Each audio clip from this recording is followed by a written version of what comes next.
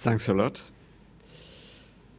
So we all know that severe trauma is a worldwide leading cause of death in patients lower than 44 years. And the early mortality is due to the fact that we are not able to control the hemorrhage. And the late mortality and disability is due to brain injury and multiple organ failure. So which clinical endpoints are important? The first one is the fact that we have to stop the bleeding as soon as possible. And concerning this, it's very important to design, to think about how we are able to build an efficient trauma system. And we have to have an effective pre-hospital providers and protocol. We have to have a design trauma center and to train specialists and nurses. And I think it's a very, very important point. We have to be able to improve communication and coordination between pre-hospital physician, hospital physician, and in the hospital between the intensivist, the anesthesiologist, and the surgeon. And it's important also to be able to have your own data to be able to improve our management. So a trauma registry is a good way to do this. And it's also a good way to establish, to start a research program. And I think it's also a crucial point is we have to think about rehabilitation facilities. So clearly it's a multidisciplinary task force. And but I want to highlight the fact that the organization is crucial. And just to highlight this is a study from the Royal London Hospital when they decide to establish a trauma center or to well organize their trauma center. And you can see that independently of the severity of the trauma, they observe a very impressive decrease in mortality only by organization. And I think that we have to keep this in mind and really to understand that the fact to think about the organization to try to prevent any loss of time before stopping the bleeding is the crucial point when we have to manage this kind of patient. And so stopping the bleeding is, it could be very simple tools, as we have not to forget to use tourniquet and pelvic binder when we have a pelvic injury. It's very simple tools to stop bleeding, but we have not to forget to use this kind of device. And especially when we have to deal in Paris with a terrorism attack, this simple tourniquet is a simple device that can help a lot. And so we have to be concerned about this when we think about damage control strategy. So also it's in the hospital, in the emergency room, we have to set up things to be very efficient. And it's just an example of how we works. It's to take in charge this patient, there is 2 physicians, 1 senior and 1 junior physician, and 2 nurses. So the senior physician is in charge of taking in charge respiratory failure, and he is doing the echo to quickly try to find the source of bleeding. And the junior physician, when we have to deal with an hemorrhagic shock, he has focus on insertion of arterial line and of venous catheter at the level of femoral artery and femoral vein. Because it's very easy to do, and we don't lose time to take a central access. And after, it's very convenient to monitor arterial pressure and to be able to have a good venous line for catecholamine or volumic expansion. Concerning nurses, one nurse is help the physician to manage patient, and the other nurses make the link between the patient and outside. For example, the link between patient and the blood bank. So I think that another important point is just to be concerned about the time that we spend in this emergency room. And so we monitor time from the admission of the patient to the CT scan to the operating room. And another very important thing is to debrief after each patient with the nurses, to be sure that to see if what we did right and what we did wrong, and try to improve for the next patient. It's I think it's easy to do. You have not to spend too much time to do this, but it's great for nurses. It's great also for physicians, because sometimes it's difficult to be sure to realize exactly if you did well or not. And the extended fast is now it's a very important element, and Adrian will talk about this. And you can see that we spend 10 minutes to do everything, to do cerebral Doppler, and to have a look on the cardiac function, and to do pleural echo. And so it's you know exactly if you have, for example, to deal with an associated brain injury, and you can immediately modulate your level of arterial blood pressure only looking at the cerebral Doppler. So it's very useful when we have to deal with an hemorrhagic shock, for example. And so you have very rapidly to have a clear picture of your patient, to know if you have to go to the operating room, or if you have to go to for an interventional radiology. So it's we more and more, even if the patient is unstable, we try to go to the CT scan to have a complete picture of the injuries. And so we, even if we have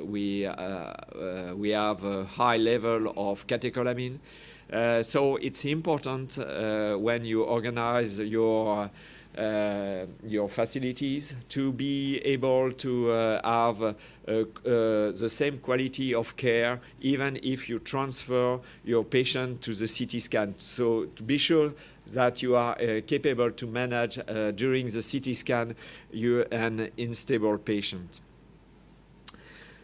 So and control the hemorrhage. So you need a surgeon, you need a radiologist, and the idea is to apply a damage control surgery strategy. And so it's important to be here and to talk with the surgeon and to say, okay, we have not to lose time to go to the operating room, or we have to go to the operating room, but now we have to stop and to go to the ICU. So it's very important to try to control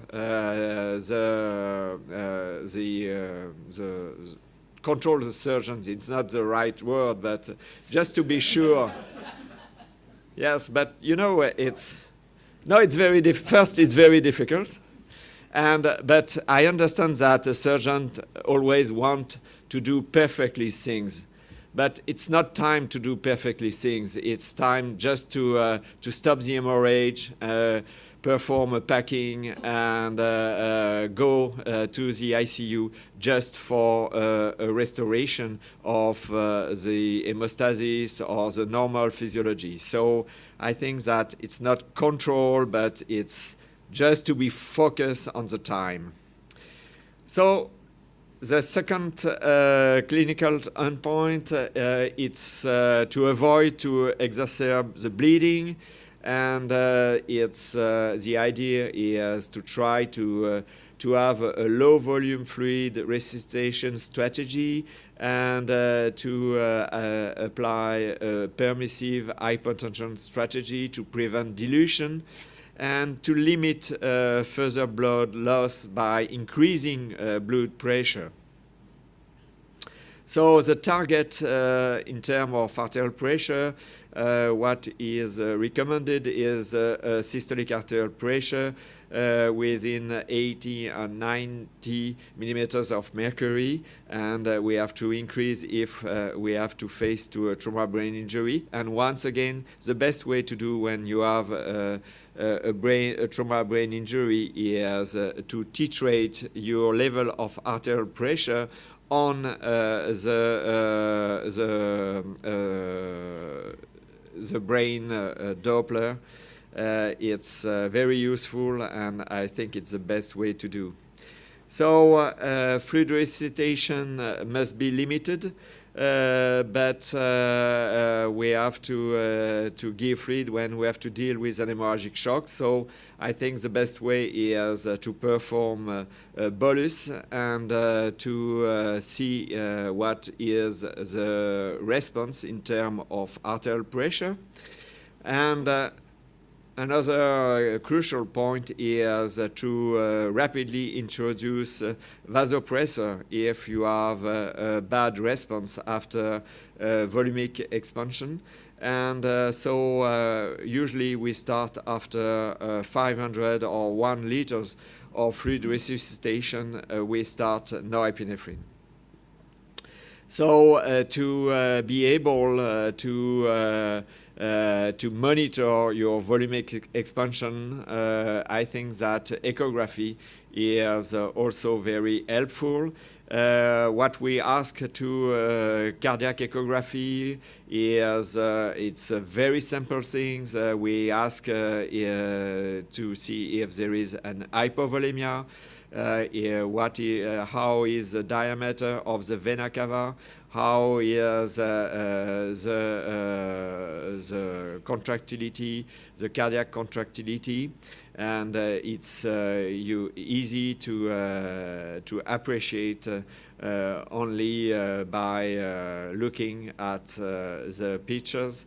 And as it's a trauma, we have a look on potential pericardial effusion. We have to restore efficient coagulation, and it's important to monitor coagulation at the bedside of the patient, and we use more and more TEG or ROTEM. And it's important also to set up with your blood bank a pack of specific ratio of red blood cells, FFP, and platelets, and to have a clear protocol for everybody, and with a very simple index to start the protocol. Here it's a protocol from the Royal London Hospital, and you can see that if the systolic blood pressure is lower than 90, with a poor response to the initial fluid resuscitation, you have to start the code red protocol, and you have to be sure to have immediately red blood cells, and it's very important because more and more from the admission of the patient, we quickly give red blood cells, O negative red blood cells, and it's to try to restore as quick as possible an efficient hemostasis. And it's important to define the pack of the transfusion pack. It could be 1-to-1 red blood cell FFP or 1-to-2. But we have to define this. It has to be clear for everybody, for the trauma team, but also for the blood bank. Just to remember you that how now I think it's very useful to monitor the coagulation at the bedside. And clearly there is, we are in France in the classical strategy where the plasma, in a plasma red blood cells ratio of at least 1-to-2. But in Germanic country, they try to avoid to give FFP because they believe that FFP could be deleterious in terms, for example, of acute lung injury. And really now they have a strategy where it's based only on fibrinogen and red blood cells. And in the last European guidelines, this option is mentioned, and it has to be evaluated. But I think it's interesting to look at this, and even if we are still in a strategy with FFP and red blood cells, we give more and more fibrinogen, and we try to not decrease fibrinogen under 1.5. So when we have to deal with an hemorrhagic shock, at the admission of the patient, we give 3 to 4 grams of fibrinogen to try to anticipate the decrease in fibrinogen, and after we monitor on with the TEG the hemostasis. So we have to give tranexamic acid, and it has to be done during the first 3 hours after the injury. And we have also to be capable to manage the combined life-threatening injuries. For example, when in this patient where we have a bleeding at the level of the kidney and at the level of the liver, and it's to really be in a strategy of damage control. We perform an arteriography with embolization. We did this more and more, and it could be very useful when you have two sources of bleeding like this, and it's very efficient, and you don't take the risk of going to the operating room and having to face to an uncontrolled hemorrhage. And another challenge is when you have to deal to a trauma brain injury and severe hemorrhage. It's also very important to be able to define the timing of potential neurosurgery, the timing of cerebral monitoring, and if after bleeding control, it's very important to know if you have to go to the operating room, for example, for a spinal injury, or to stay in the ICU just to be able to control the trauma brain injury. I think this kind of choice, it's crucial for the patient, and it's sometime you have to delay the surgery just to be sure to adequately control the brain oxygenation. Also, I think that now we have to be able to manage mass casualty attacks, and it's after attacks in Paris, we realized that it was very difficult for physicians to be on the scene, and there is clearly no security on the battlefields. And you can see that the physician just try to prevent from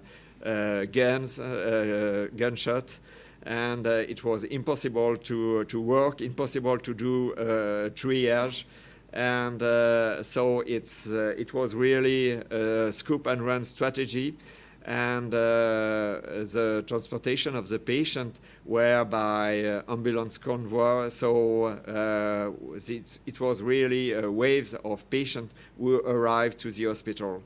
And also there is a lot of uncontrolled admission in closest hospital, and this hospital were not trauma-oriented hospital. So I think it's another important thing to concern, and we have to be ready to take in charge wave of patients. And now we making training to be able to take 10 patients in 10 patients and 10 patients. So it's it's very interesting to work like this or to train like this, because it changes a lot, plenty of things in your organization. And we have to establish intra-hospital circuit for this patient, and to realize that it's very important to quickly establish a triage zone in your hospital to be able to deal with this kind of events. And it's clear that we have to improve communication between police authority, out of hospital emergency service, and hospital team. And it's so important to train the team and to educate physicians on damage control, especially a physician who work in hospital who are not used to deal with a trauma patient. So I think that I want to highlight on the fact that really to be efficient, we have to think about our organization, and we have to perform simulation and training. And I think that also an important point is to be able to improve ourselves to establish registry and to do research around trauma. Thanks a lot.